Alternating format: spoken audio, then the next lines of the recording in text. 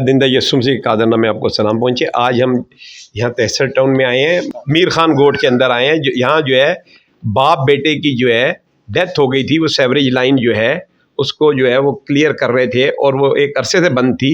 और अफसोस की बात यह है कि प्राइवेट ठेका दिया गया 300 मेन होल्स का, ये सरजानी टाउन का। ये टाउन नाज़म क्या कर रहा है, टाउन नाज़म को किसी ने इख्तियार दे दिया कि प्राइवेटली बंदों को जो है मेन होल में उतार के लोगों की ज़िंदगियों से खेले, क्योंकि ये तो गवर्नमेंट ने गाड़ियाँ दी हुई हैं। जब गाड़ियाँ नहीं खोल सकी तो ये आप इंसानों को के ज़रिए खोल रहे हैं सिर्फ चंद पैसों के लिए। आपको किसने ठेका दिया है कि आप इन प्राइवेट बंदों को ठेका दें? आला हुकाम को चाहिए। और अफसोस की बात है कि डीसी भी फ़ौरन आ गए और इनको 50,000 रुपये दे के इनका मुंह बंद कर दिया और कहा जी मैं अपनी कैपेसिटी में दे रहा हूँ। भाई डीसी साहब, आपने अगर करना है तो आप इनको इंसाफ दें। होना तो ये चाहिए जिस बंदे ने इनको जो है मेन होल की तरफ लेकर गया है, जिनको ठेका दिया है, उनके खिलाफ FIR लॉज होती तो फिर ये लॉय की इनके साथ आपकी हमदर्दी ज़ाहिर होती। 50,000 में आप हमदर्दियाँ बता रहे हैं, ये हमदर्दियाँ नहीं है, ये आप इनको एक रिश्वत दे रहे हैं। तो मैं समझता हूँ कि डीसी का काम ये नहीं है, डीसी का काम है इंसाफ देना। आप डीसी अपनी मद के अंदर, रियासत के मदीयत के अंदर जो है इनकी FIR लॉन्च करते हैं उन बांदों के खिलाफ जिन्होंने इसको ठेका दिया या जिन्होंने ये मेन होल खुलवाने की जो है इनको जिम्मेदारी दी है, तो तब तो बात होती। और अब ये देखें ना कि इस बंदा जो हलाक को, इसके 3 छोटे बच्चे हैं, अभी तक इनको कंपलसेट नहीं किया गया।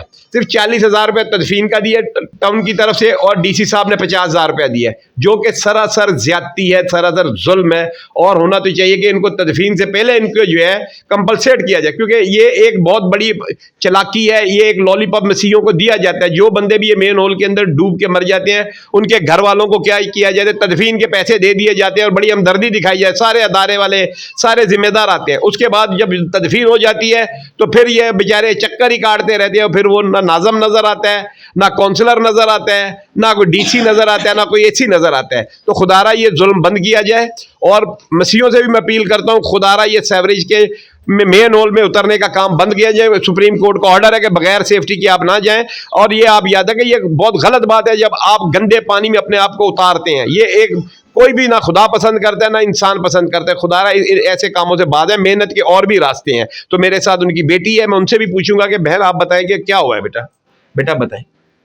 मसीह में आप सबको सलाम। मेरे वालिद साहब वर्किंग के लिए मेरे भाई को लेके गए थे घर से, तो हम लोगों को तो पता भी नहीं था कि वो एक्सपायर हो चुके हैं।